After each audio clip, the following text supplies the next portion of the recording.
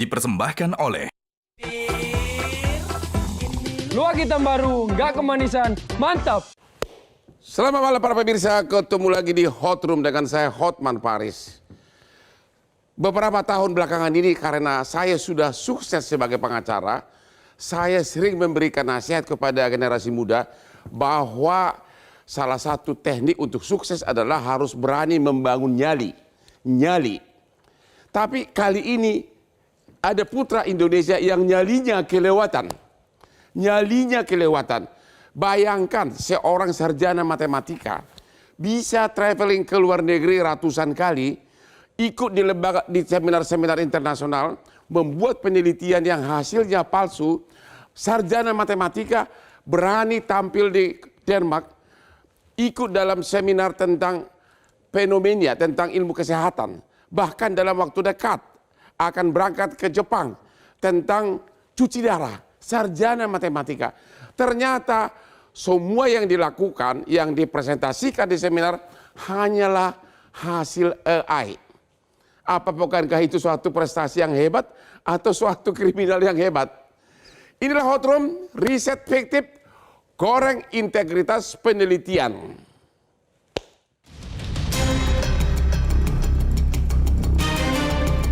Dunia akademik Indonesia kembali mendapat sorotan tajam di panggung internasional.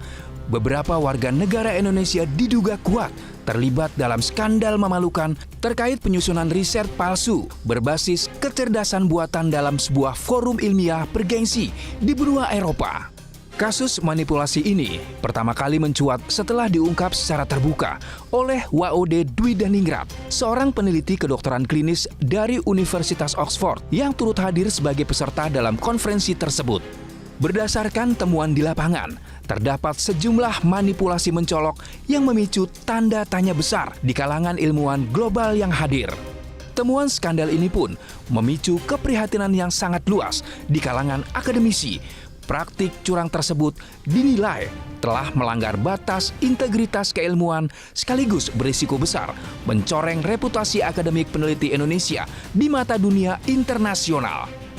Diduga motif utama di balik aksi penipuan akademik yang terencana ini disinyalir berkaitan erat dengan upaya perburuan dana hibah perjalanan yang sengaja disediakan oleh pihak panitia konferensi bagi para periset terpilih.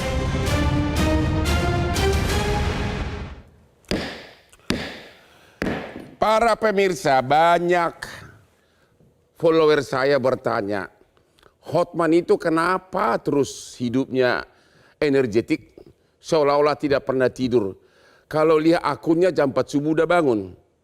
Habis itu udah dari Bali ke Semarang, perkara-perkara besar, malamnya berdansa lagi. Kamu tahu rahasianya? Kopi luwak hitam premium. Sebelum kau kerja, usahakanlah minum kopi.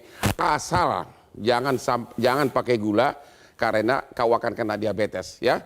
Kopi luwak hitam premium itulah yang membuat saya sehat, segar dan siap tempur dalam keadaan apapun. Aman di lambung. Ibu WOD, halo melalui Zoom. Halo. Halo Pak. Ibu sekarang lagi posisi di Oxford ya, di Inggris ya? Iya betul, di Oxford. Saya dulu sering ngantar ya, 3 betul, anak Pak. saya ke sana untuk summer school. Oke, bisa Ibu ceritakan bagaimana Ibu bisa menangkap ada putra Indonesia tampil dengan yakin diri di seminar internasional. Bisa gimana? Kejadiannya bagaimana, Bu? Ya, terima kasih Pak Hotman. Jadi sebenarnya untuk kronologi lengkapnya sudah banyak saya sampaikan di sosial media, namun saya coba singkat kembali. Jadi sebenarnya ISPPD ini singkatan dari International Society for Pneumonia and Pneumococcal Disease. Jadi ini merupakan ajang dari society-nya para ahli di bidang pneumonia dan juga penyakit pneumokokal untuk bertemu dan berbagi hasil penelitiannya. Untuk ISPPD sendiri itu dilaksanakan 2 tahun, setiap 2 tahun sekali untuk penelitian, berbagi penelitian di 2 tahun terakhir from the last ISPPD gitu ya. Pada saat karena ISPPD juga merupakan selain ajang berbagi riset, ISPPD juga merupakan ajang reuni seperti itu dengan peneliti-peneliti dunia ataupun kolaborator-kolaborator di seluruh dunia seperti itu. Nah, karena kami dari Indonesia, secara natural sangat ingin tahu siapa saja peserta kali ini dari Indonesia yang akan berbagi risetnya di ISPPD 14. Kemudian ini berawal dari platform ISPPD yang kami search Indonesia di situ. Kemudian ada 4 nama yang menarik perhatian sebenarnya. Kenapa ini menarik perhatian? Karena 4 nama ini berafiliasi atau terkoneksi dengan 4-5 abstrak sebagai first author, yang mana ini sebenarnya tidak lazim tapi sangat mengagumkan seperti itu. Jadi ini memancing rasa ingin tahu kami penelitian-penelitian seperti apa yang dilaksanakan sampai bisa mengumpulkan 4-5 abstrak seperti itu. Sehingga kami membaca lebih dalam poster-posternya dan juga menyaksikan presentasinya dan melihat ada kejanggalan-kejanggalan seperti itu. Ya, ternyata dia backgroundnya orang Indonesia itu yang tampil di seminar itu katanya sarjana matematik tapi bicara tentang dunia kedokteran, begitu?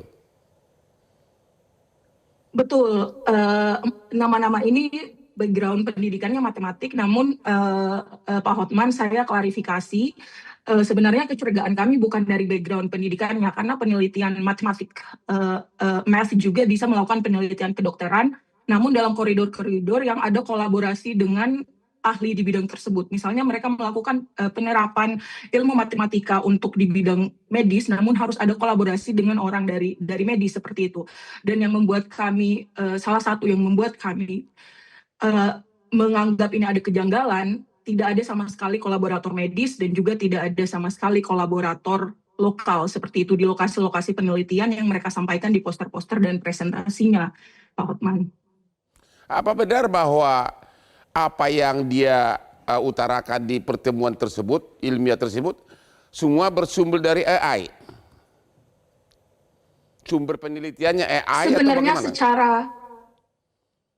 Sebenarnya secara hukum, karena saya bicara sama Pak Hotman yang dari hukum ya, sebenarnya akan sangat sulit untuk membuktikan apakah poster-poster tersebut merupakan hasil AI. Makanya dari postingan-postingan saya juga, saya bilang ada fabrikasi dan atau penggunaan AI. Kenapa saya bilang seperti itu? Karena ada kejanggalan-kejanggalan yang menunjukkan hal-hal tersebut seperti ketidaksinkronan antara metode dan juga hasil penelitiannya, kemudian ada data-data yang terlalu sempurna seperti itu untuk yang ditampilkan dalam bentuk grafik, kemudian ada hal-hal yang berhubungan dengan ilmiah dari bidang pneumonia dan pneumococcal disease yang tidak sesuai dengan fakta ilmiah yang ada, kemudian lokasi-lokasi seperti tadi yang saya sampaikan. Namun untuk dugaan untuk pembuktian secara hukum AI ini memang akan sangat sulit dibuktikan, namun indikasi kuat ke arah situ. Makanya pada saat postingan sosial media juga saya sampaikan fabrikasi data dan atau AI berdasarkan hasil AI seperti itu. Jadi akhirnya Ibu percaya bahwa ada orang Indonesia tampil di forum internasional tapi risetnya adalah fiktif, begitu? Betul, ini sesuai kesaksian, sesuai apa yang kami saksikan di ISPPD langsung ya, termaksud penggantian name tag dan juga pengenalan diri sebagai orang yang berbeda-beda. Namun kami tidak langsung melaporkan sebenarnya Pak. Kami mendalami lebih lanjut, bertanya dengan rekan-rekan yang lain, meminta pertimbangan, kemudian memastikan status kepesertaan mereka di ISPPD tersebut dengan panitia seperti itu. Terima kasih Bu. Sementara dari Pak Agus ya, dari Lembaga Resmi Peneliti Indonesia ya, bisa Anda ceritakan kejadian ini? Ada apa yang Anda tahu? Jadi memang penggunaan AI untuk riset ini sangat berkembang di berbagai aplikasi, di berbagai penerapan dan juga di berbagai negara. Sehingga di berbagai organisasi internasional kita sedang melakukan pengaturan bagaimana AI ini dapat dimanfaatkan, batasan-batasan mana yang boleh. Enggak, khusus kasus ini dulu, pelakunya ini. Ya. Anda dengar apa tentang kasus ini? Apa yang Anda dengar? Ya. Siapa orang ini gitu loh, berani tampil, katanya udah ratusan kali ke dunia internasional, padahal semuanya penelitian dia fiktif. Jadi terkait kasus ini, kami dari BRIN bersama dengan Kementerian Dikti-Saintek menyusun tim investigasi bersama untuk mendalami kasus ini dan kemudian mencari data-data yang lebih akurat lagi karena nama-nama yang masuk di dalam koautor dari publikasi ini belum sepenuhnya terverifikasi. Sehingga kami mengumpulkan data. Tapi benar katanya dia sarjana matematika dari UNJ, Jogja ya, S2 ITB matematika, tapi berani tampil ke dunia internasional di forum-forum tentang dunia medis. Terakhir fenomena. Bahkan katanya mau tampil dia tentang cuci darah di Jepang. Menurut Bapak itu hebat atau jenius ya? Jadi kalau kita ingin melihat konsistensi dari publikasi seseorang, maka kita perlu melihat rekam jejak digital publikasi atau scientific activity dari orang tersebut. Orang ini tidak ada? Yang kami lihat saat ini, baik itu dari Scopus ID, kemudian dari Google Scholar, sangat minim sekali untuk membuktikan bahwa orang-orang tersebut mempunyai rekam jejak yang cukup untuk bisa... Jadi dari lembaga Bapak sudah yakin bahwa memang orang ini memang melakukan riset fiktif, berani tampil ke dunia internasional, dapat uang transport, dapat uang penginapan, dapat honor, dan katanya sudah ratusan kali ke luar negeri. Benar nggak, John? Itu menurut pengakuan yang bersangkutan. Menurut pengakuan yang bersangkutan? Di media sosialnya. Waduh, itu orang punya nyali. Saya pengen kenalan sama dia, itu lagi di hot room.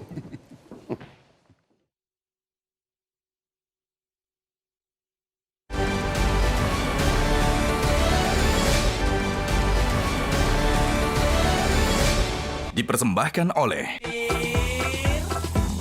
Luak hitam baru, nggak kemanisan, mantap. Temu lagi di hot room Pak Lalu DPR kita yang terhormat. Tiap hari kita melihat kasus markup proyek, fiktif markup segala macam. Ternyata bukan hanya proyek yang difiktifkan, tapi juga penelitian ilmiah. Bagaimana ini pengawasannya dan ini bisa dipidanakan nggak nih Pak?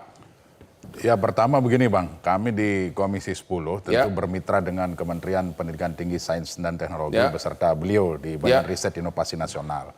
Nah tentu dengan persoalan yang terjadi hari ini, kami di Komisi 10 juga menyampaikan kepada Kemdikti-Saintek dan BRIN untuk melakukan investigasi.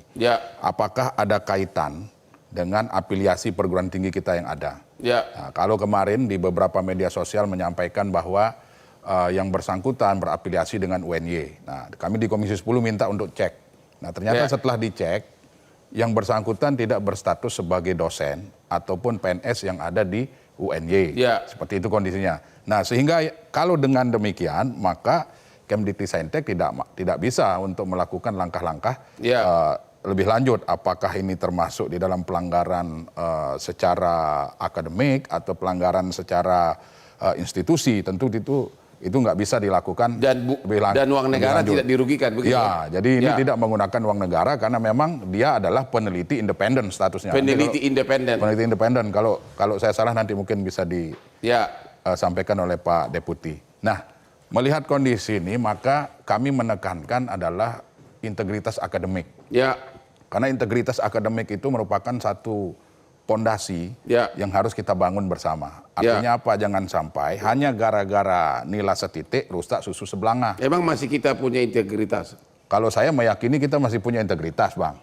Ya kan? Nah, itu yang saya bilang tadi. Jadi jangan sampai nilai setitik rusak susu sebelanga. Jangan sampai gara-gara persoalan ini kita mengaburkan hasil riset-riset para periset, para peneliti kita yang memang luar biasa diakui oleh dunia internasional. Tadi Pak Deputi menyampaikan bahwa di dalam jurnal, Scopus dan sebagainya banyak peneliti-peneliti Indonesia yang luar biasa. Oleh sebab itu kami tentu berharap dengan adanya kasus ini, mari kita cek kembali.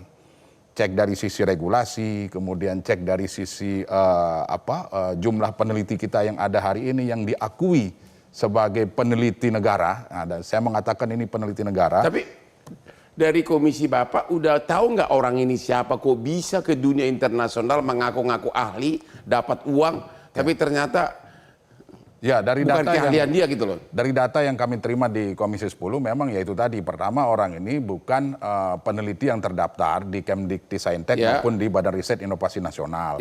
Yang kedua, yang bersangkutan bukan juga termasuk dosen di perguruan tinggi baik negeri maupun swasta yang ada di Indonesia. Nah, terkait apakah dia masuk unsur pidana atau tidak, yaitu nanti teman-teman di BRIN dan Kemdikti-Saintek sedang melakukan investigasi. Ya. Nah, kalau ternyata masuk unsur pidana, apakah itu penipuan, pemalsuan dan sebagainya, tentu kita serahkan kepada aparat penegak hukum untuk menindaklanjuti itu. Yang jelas mitra kami Kemdikti-Saintek maupun Badan Riset dan Inovasi Nasional hari ini sedang bekerja nih Bang. Kami di Pelakunya 2 orang, 1 orang.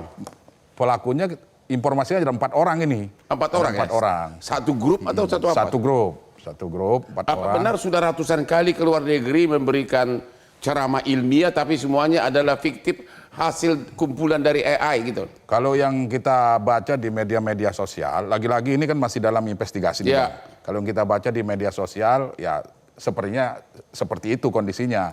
Tetapi lagi-lagi mari prinsip kehati-hatian kita kedepankan. Begitu. Nah, investigasi kita tunggu hasilnya. Kami juga di Komisi 10 sedang menunggu investigasi ini baik dari BRIN maupun dari Dikti-Saintek. Kalau ternyata benar tidak ada afiliasi dengan peneliti di bawah Kemdikti-Saintek maupun di bawah BRIN, ya maka silahkan. Apakah UNY yang hari ini tercemarkan namanya misalnya, hanya gara-gara disangkut pautkan dengan yang bersangkutan, ya monggo mau dilapor secara nggak apa-apa pidana. juga kalau DPR tetap bertindak, karena biar bagaimanapun kan itu mencemarkan nama Indonesia kan di luar. Oh iya, kita pasti. pengen tahu gitu. Aku kagum sama dia jujur aja. Kok bisa sarjana matematika bisa tampil di dunia internasional bicara tentang ilmu kesehatan yang dihadiri para ahli, itu suatu keberanian luar biasa itu. Iya, saya sepakat kalau dari sisi seperti itu Bang. Artinya ternyata orang-orang Indonesia ini lebih kreatif Bang. Lebih kreatif. Lebih kreatif dari apa yang kita pikirkan. Mungkin lebih kreatif dari peneliti yang sesungguhnya gitu loh. Begitu ya? Nah, itu yang terjadi. Aduh, gimana Ibu Ina dari segi dunia pendidikan? Jadi apa yang perlu, kualitas, kuantitas, publikasi atau apa nih? Apa benar itu semua sudah ada, ilmu itu semua sudah ada di AI, tinggal kita kumpulin, benar nggak itu? Sebetulnya memang AI, kita terlepas dari bicara sistem mau kuantitas, kualitas, sebetulnya akar masalahnya kan kembali ke integritas tadi, mentalitas menerabas. Sebetulnya bangsa kita harus diakui, ini kan 50 tahun lebih tidak ada perubahan. Sudah ditulis oleh Kuncharaningrat tahun 70-an. 50 tahun tidak ada perubahan apa? Budaya, mentalitas menerabas mencari jalan pintas untuk mendapatkan sesuatu, entah itu gelar, entah itu nilai, entah itu IPK, bahkan ada riset sendiri dari Denmark sendiri. Ini kan eventnya di Denmark. Event di Denmark kan gue kagum gue berani ke Denmark tampil di forum ilmiah. Coba, padahal fiktif. Jadi keberanian dan kepercayaan dirinya patut diacungi jempol. Tapi soal mengejutkannya bagi saya tidak mengejutkan. Karena riset di Denmark sendiri 2 tahun lalu, menariknya itu sempat ada survei internasional mengenai ketidakjujuran akademik. Dan Indonesia itu ditempatkan dalam ranking yang salah satu yang tertinggi. Memang metodologi riset tertinggi tidak jujur Indonesia. Salah satu. Tempo menampilkan nomor 2, ranking 2. Memang diprotes mengenai metodologinya. Tapi lucunya kita seolah-olah malah ngaku membawa aktornya ke Denmark itu sendiri, meskipun diprotes metodologinya, ini contohnya orangnya ada. Nah itu menariknya di situ. Jadi masalah keberanian nyali itu harus diakui, mengejutkan tidak, karena sebetulnya dalam negeri sendiri, Tempo 2 tahun lalu ya pernah mempublikasikan tapi kok bisa lolos juga. Saya tidak mengerti. Bukannya untuk datang ke event internasional dievaluasi dulu oleh panitianya, kok bisa lolos ya? Karena yang disubmit kan hanya abstrak. Oh hanya abstrak ya? Apa itu real hasil penelitian nggak tahu. Justru kan dibuktikan waktu conference itu, waktu ditanya jawab, waktu presentasi itu. Dan akhirnya justru orang Indonesia lah yang menangkap malingnya gitu. Ada Ibu Ode, begitu kan? Betul, betul. Begitu ya? Jadi gimana nih? Benar nggak Pak? Indonesia katanya, kan Bapak bidang penelitiannya. Betul. Katanya Indonesia salah satu tertinggi jago penelitian fiktif. Benar nggak Bu? Dari riset orang Denmark sendiri. Gimana Pak? Benar nggak itu? Jangan-jangan lembaga Bapak juga ikutan? Ya tentu memang ketika kita melakukan publikasi, tidak melulu kita mementingkan kuantitas, tetapi kualitas dari publikasi ilmiah itu menjadi sangat penting sekali untuk kita targetkan. Dan saat ini pemerintah tidak mengejar ke target kuantitas atau jumlah publikasi, tapi kualitas ini yang paling penting. Tapi kok nggak di lembaga Bapak tidak bersuara tentang skandal ini? kok nggak bersuara gitu, kok agar ini orang ini ditangkap atau gimana, soal apakah itu pidana itu kan hal lain kan. Yang penting tangkap dulu agar jangan terulang membuat nama Indonesia jelek di luar negeri. Kenapa itu Pak? Secara umum kita sudah mengeluarkan press release dari pimpinan kami, tetapi kami seperti Pak Lalu tadi sampaikan, kita melakukan investigasi bersama dengan Kementerian Dikti Saintek untuk memahami betul duduk masalahnya dan apa tindakan yang bisa kita lakukan bersama dalam rangka memperbaiki ini supaya tidak ada pengulangan-pengulangan. Apa tindakan yang kita lakukan bersama? Karena kebetulan saya pengacara, objeknya di luar negeri memang susah. Objek pidananya di luar negeri, uangnya pun dari luar negeri. Jadi memang susah, tapi secara tanggung jawab pemerintah, tanggung jawab pendidikan, nggak apa-apa orang itu dipertontonkan di publik. Ya, kita istirahat dulu, tapi jelas-jelas saya tetap kagum sama orang itu, sarjana matematika, berani tampil di forum internasional, sudah ratusan kali, dapat uang transport, dapat hotel, padahal bukan bidangnya. Katanya ilmunya dari AI.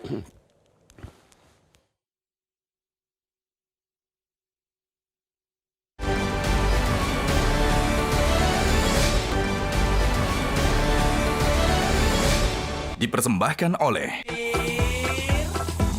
Luwak hitam baru, nggak kemanisan, mantap. Kopi luwak hitam premium, kopinya Hotman Paris. Saya akui, kalau kita awali minum kopi sebelum bekerja, memang benar-benar konsentrasinya dan energinya lebih konsentrasi.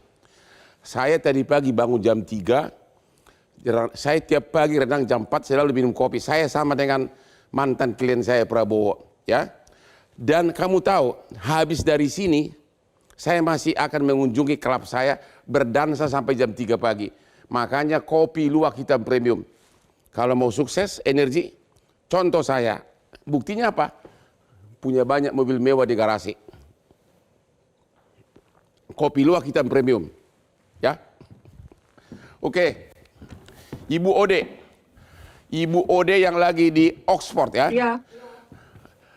Bisa nggak ya, Ibu secara spesifik waktu dia bicara tentang ilmiah tersebut, di mana kecurigaan Ibu terutama sehingga Ibu curiga? Apa kira-kira? Ini kan tentang simposium fenomena, padahal dia sarjana matematik. Boleh nggak Ibu ceritakan? Terutama kalau ada hal lucunya gitu loh. Silakan. Jadi untuk presentasi, selain dari poster yang saya baca, untuk presentasi saya menyaksikan 3 presentasi dari orang yang sama dengan mengenalkan nama yang berbeda-beda. Di salah 2 presentasi yang paling saya ingat itu, yang pertama mempresentasikan hasil PCV20 di mega cities di LMIC, sementara untuk di LMIC sendiri pengenalan nationwide introductions untuk PCV20 itu belum ada. Jadi untuk di negara-negara berkembang itu biasanya PCV10, PCV13 atau PCV20. Kemudian setelah selesai presentasi saya juga sempat menanyakan sebenarnya, namun tidak bisa dijawab dengan baik. Kemudian yang paling meningkatkan kecurigaan dan juga memancing amarah saya sebenarnya dan teman-teman yang lain adalah ketika di presentasi yang selanjutnya mempresentasikan hasil mathematical modeling yang mana yang lebih cost efektif antara PCV20 dan juga tabung oksigen, hasilnya menunjukkan PCV20 lebih murah. Kemudian di situ ada direktur dari program pneumonia dan Pandemic Preparedness dari Gates Foundation menanyakan terkait cost parameter yang dipakai dalam mathematical modeling tersebut, karena hasilnya cukup sangat signifikan sebenarnya. Jadi memancing keingintahuan para penonton saat itu. Namun tidak bisa juga dijawab dengan baik seperti itu. Jadi kemudian yang sebenarnya kalau Bang Hotman mau yang lucu, sebenarnya ada dari Streptococcus pneumoniae sendiri ini ada 107 serotipe. Namun peneliti ini mempresentasikan hasil serotipe 0, yang mana tidak ada serotipe 0 dalam Streptococcus pneumoniae. Penamaannya itu dimulai dari serotipe 1, 2, 3, 6A, 6B seperti itu. Jadi Ibu melihat dia total tidak ada background ilmu kedokteran begitu, tapi dia berani tampil di forum internasional. Ibu melihat begitu? Betul, tidak ada background medis sama sekali. Namun sekali lagi Pak Hotman ya, bukan, kalau dari saya pribadi bukan dari segi background pendidikannya apakah dia background matematik. Karena yang memiliki background pendidikan matematik juga sebenarnya bisa melakukan penelitian di bidang kedokteran dan medis. Namun seperti tadi yang saya bilang harus ada kolaborasi dengan yang si empunya ilmu, yang ahlinya seperti itu di bidang itu, tidak bisa berjalan sendiri seperti itu. Terus sesudah dia turun dari panggung, ibu temuin lagi nggak orang itu? Kamu dari mana sih? Ada nggak dialog ibu? Terus dia jawab apa? Betul, saya temui langsung orangnya. Saya kemudian meminta diperlihatkan poster-poster yang mereka tampilkan yang di-print dalam bentuk kertas ukuran HVS or slightly larger than that, tapi dalam bentuk kertas biasa seperti itu yang sangat menarik perhatian sebenarnya. Kemudian saya menanyakan summary dari poster-poster tersebut, menanyakan cara membaca grafik, arti dari penelitian-penelitian data yang didapatkan, namun tidak mampu dijawab dan hanya refer ke leader mereka yang membuat seluruh 19 poster tersebut diakui dibuat oleh satu orang seperti itu. Apa motivasi dia apa benar bahwa dia setiap ikut seminar terbang begitu dapat duit berapa juta dia dapat dari panitia, dan kenapa bisa percaya sama peneliti dari Indonesia?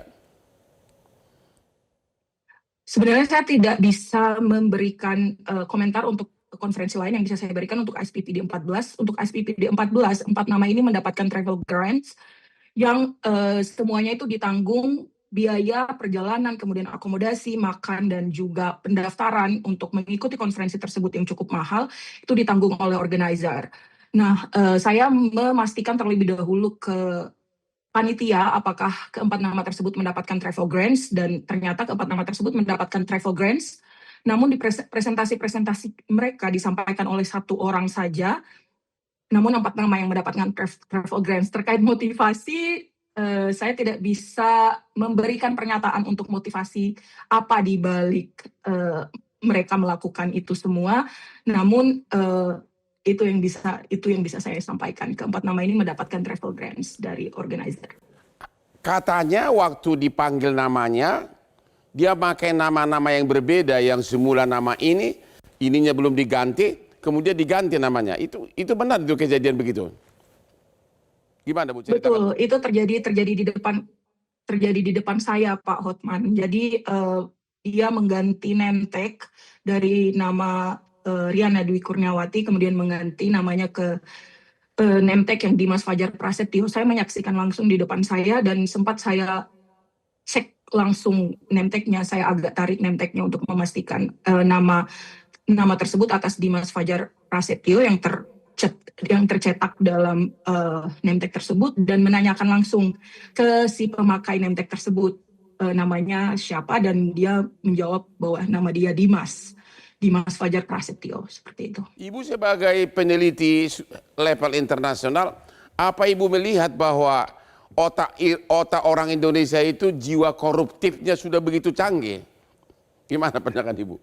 Jiwa koruptifnya sampai sarjana matematika mau tampil di luar negeri bicara tentang kedokteran hanya untuk mendapatkan uang transport, uang hotel, dan jalan-jalan ke luar negeri. Menurut Ibu gimana? Apa memang sudah terlalu jiwa koruptif jiwa orang Indonesia ini? Coba sih, Ibu kan peneliti nih, pengen tahu jawabannya dulu. Pak Hotman itu pernyataannya cukup kuat ya. Namun saya yakin banyak, karena saya juga bekerja dengan peneliti Indonesia. Saya juga dulu bekerja sebelum di Oxford, bekerja selama sekitar 5-6 tahun di Indonesia sebagai peneliti. Saya sangat yakin banyak peneliti-peneliti yang berintegritas di luar sana. Namun memang ada saja oknum-oknum yang memanfaatkan celah-celah di konferensi-konferensi seperti ini untuk mendapatkan benefit-benefit yang bisa didapatkan dengan menyampaikan penelitian. Hal ini yang sebenarnya memancing amarah kami, karena ini merupakan perampasan yang bisa jadi perampasan kesempatan-kesempatan yang bisa dimanfaatkan oleh peneliti-peneliti yang sebenarnya seperti itu. Ibu sendiri sekarang udah berapa tahun di Oxford dan posisi apa di sana sebagai peneliti juga? Saya di Oxford sejak tahun 2022 menempuh pendidikan doktoral di bidang clinical medicine di Nuffield Department of Medicine. Kemudian sekarang lanjut di grup yang sama di Center for Genomic Pathogen Surveillance, meneliti tentang genomics dan data science. Ibu cepat pulang lah biar kita perbaiki negara kita ini. Baru aja kasus MBG, Ibu udah lihat di TV kan? Ya, ternyata fiktif bukan hanya MBG, tapi juga penelitian pun difiktifkan. Temu lagi di Hot Room.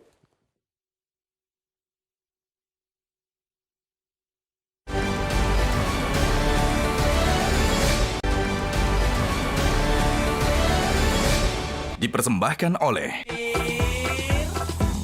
Luwak hitam baru, nggak kemanisan, mantap.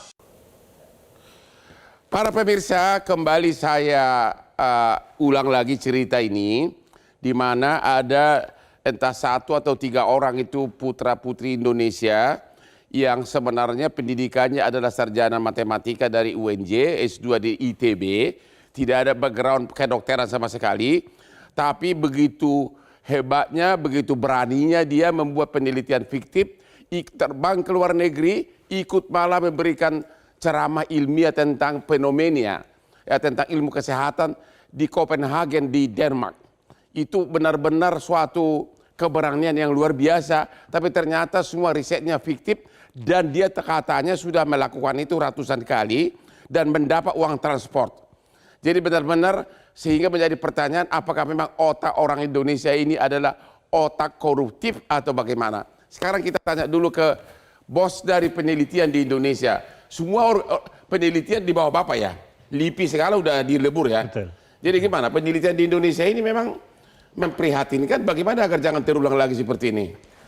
Yang pertama penguatan etik riset di Indonesia. Ya. Jadi sesuai dengan Undang-Undang 11 tahun 2019 Ya. bahwa semua kegiatan penelitian, pengembangan, pengkajian, penerapan itu wajib sesuai dengan kode etik keilmuan. Ada sanksi pidananya nggak? Tidak diatur. Nggak ada? Tidak diatur, tapi ada sanksinya yang diatur oleh Komisi Etik Bidang Ilmu tersebut. Sanksi apa itu? Ya diatur oleh Komisi Etik tersebut. Ya, Komisi Etik kan berarti tidak ada sanksi pidana. Betul, betul. Jadi sanksinya bisa berupa sanksi pembekuan dana penelitian kalau dia mendapatkan dana penelitian, sanksi pencabutan atas publikasinya. Itu kalau di dalam negeri. Betul. Kalau peneliti itu ternyata seperti ini berkelana di luar negeri, gimana? Nggak punya jurisdiksi dong? Ada beberapa nama yang diindikasikan dicantumkan tanpa seizin yang bersangkutan. Apabila nanti yang bersangkutan nanti kita investigasi merasa keberatan, dia bisa melaporkan keberatan. Tapi apakah untuk pendidikan masyarakat, walaupun sanksi pidananya tidak ada, bukankah sebaiknya lembaga Bapak memanggil dia bila perlu mempublikasikan perbuatannya? Bagaimana Pak? Ya, oleh karena itu kami sedang melakukan investigasi bersama. Begitu ya? Nanti kita laporkan ke DPR karena memang ini sudah permintaan. Silakan Pak, dan saya dengan sukarela jadi pengacara Bapak untuk kasus ini. Pak DPR gimana?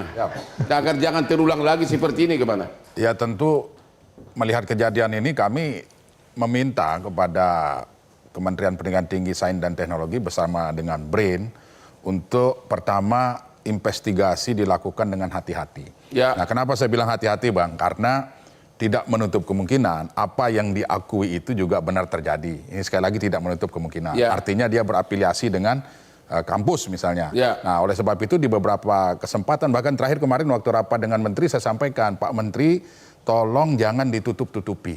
Karena ini Menteri mana? Pendidikan? Mendikti Saintek. Oh, Dikti, bukan yang mantan, Tinggi. bukan ya? Bukan. Oh, lagi diadili ya? Okay. Iya, jadi saya sampaikan agar ini jangan ditutup-tutupi. Kalau ternyata dia berafiliasi, maka ya gunakanlah kewenangan. Kan sudah jelas tertera di Undang-Undang 12 tahun 2012. Ya. Ketika memiliki keterikatan secara institusi, maka silakan diterapkan undang-undang tersebut. Baik sanksi administratif maupun sanksi-sanksi lain yang diberikan. Kalau independen gimana sanksinya? Nah, kalau independen, berarti kalau misalnya dia independen, artinya terlepas dari afiliasi kampus, maka jika kampus keberatan, rusak namanya, ya silahkan melapor kepada aparat penegak hukum. Tapi sampai sekarang nggak ada sanksi pidana ya? Nah itulah yang sedang kita tunggu. Makanya kami di DPR minta supaya investigasi ini harus segera. Sampaikan kepada masyarakat, seterbuka-terbukanya gitu kan. Secara clear tidak boleh ada yang disembunyikan. Ya, lebih bagus lagi kalau Bapak panggil dia seperti yang dilakukan Komisi 3. Akan kita lakukan. Live dari TV, ya itu bagus, pelajaran mental, memperbalukan dia. Insya Allah akan kita lakukan. Benar ya? Ya, akan kita lakukan seperti itu, Bang. Nah, termasuk nanti didampingi dengan BRIN, didampingi dengan Mendikti-Saintek, dan termasuk kampus yang disebutkan namanya itu. Karena itu menjadi contoh bagi mahasiswa. Betul. Ngapain capek-capek bikin disertasi? Contek aja sana sini, benar nggak Pak? Betul, saya setuju tadi etika dan integritas akademik itu harus dikedepankan, Bang. Terima kasih. Oke, peneliti kita dari pengamat pendidikan kita gimana Bu? Aku tadi lihat Ibu kayak artis dari tadi. Gimana Bu? Silakan Bu. Ya, saya setuju. Masalahnya kita selama ini terlalu memuja gelar, memuja nilai, memuja IPK. Tapi kita lupa selalu menempatkan integritas itu di atas nilai. Nah, ini masalahnya. Dan mentalitas menerabas itu cikal bakal dari mental koruptif tadi. Sedangkan mendidik karakter itu startnya dari bawah, tidak hanya di pendidikan tinggi. Jadi memang sudah saatnya kita melakukan cultural re-engineering dan untuk mengubah kultur budaya yang 50 tahun tidak berubah. Sebetulnya ranah yang paling bertanggung jawab itu Kementerian Kebudayaan. Jadi sayangnya kita kayaknya tidak punya grand design untuk cultural re-engineering. Bahkan mungkin mohon maaf tapi Menteri Kebudayaannya untuk sendiri. kasus ini Menteri Kebudayaan Pendidikan belum bersuara sama sekali, belum ada press release juga. Saya tidak tertarik dengan membahas satu kasus saja ya. Tapi karena masalah integritas itu PR besar kita yang tadi mentalitas menerabas, tidak hanya di jalan aja kita lihat orang menerabas. Oke. Ya. Bu Ode masih ada? Bu Ode? Masih Pak. Oke. Ya, apa saran Ibu untuk dunia pendidikan dan penelitian di Indonesia? Apa yang harus fatal, harus diperbaiki segera? Silakan Bu. Ibu itu kan sudah mainannya di Oxford. Ya, coba silakan Bu.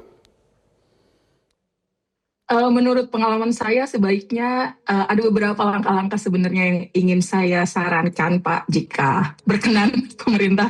Ya, yang pertama menurut saya pengurangan birokrasi riset.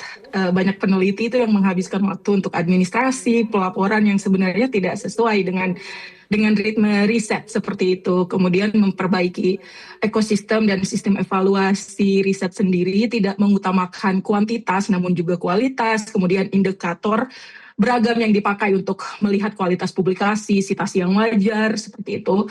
Kemudian dari segi landasan hukumnya juga harus ada hukum yang koordinatif antara lintas lembaga di Indonesia sehingga memperbaiki untuk streamlining pengajuan izin, etik penelitian, dan alat dan bahan yang dibutuhkan oleh peneliti Indonesia yang harus mengimpor dari luar negeri seperti itu. Mungkin seperti satu pintu untuk perizinan etik dan juga mengutamakan ada notis-notis untuk bahan dan alat penelitian yang membutuhkan cold chain atau bahan cepat rusak seperti itu. Sehingga untuk menghindari penelitian-penelitian yang terhambat hanya karena alasan birokrasi seperti itu, Pak Hotman.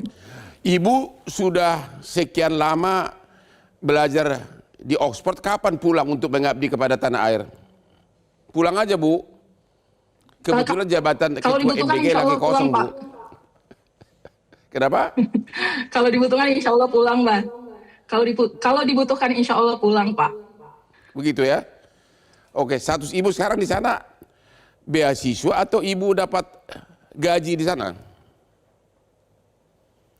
Statusnya sekarang mendapatkan gaji di sini dan juga mendapatkan saya ada penelitian juga dengan pihak di Indonesia. Oke, terima kasih Ibu, terima kasih semua narasumber. Ibu Ode dari, biar para pemirsa tahu, Ibu Ode ini lagi ada di Oxford. Dialah yang menemukan ada pemberi ceramah ilmiah kedokteran dari Indonesia. Ternyata dia hanya sarjana matematik, tidak punya background kedokteran, dan apa yang diceramahkan itu banyak kan diambil dari AI. Oke, demikianlah akhir dari diskusi kita malam ini. Jangan lupa ketemu di Hot Room setiap hari Rabu jam 9 malam. Silakan Pak, silakan. Ya.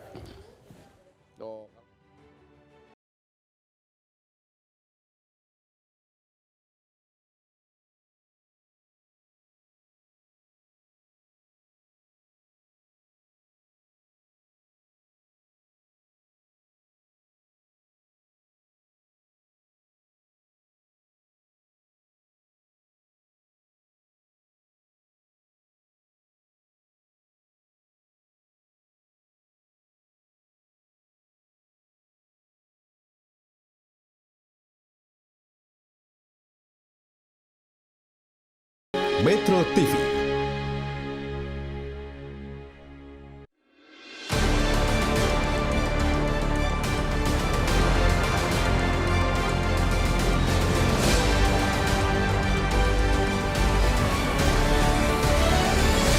Jelajahi cara baru mendapatkan informasi. Download Metro TV Extend sekarang.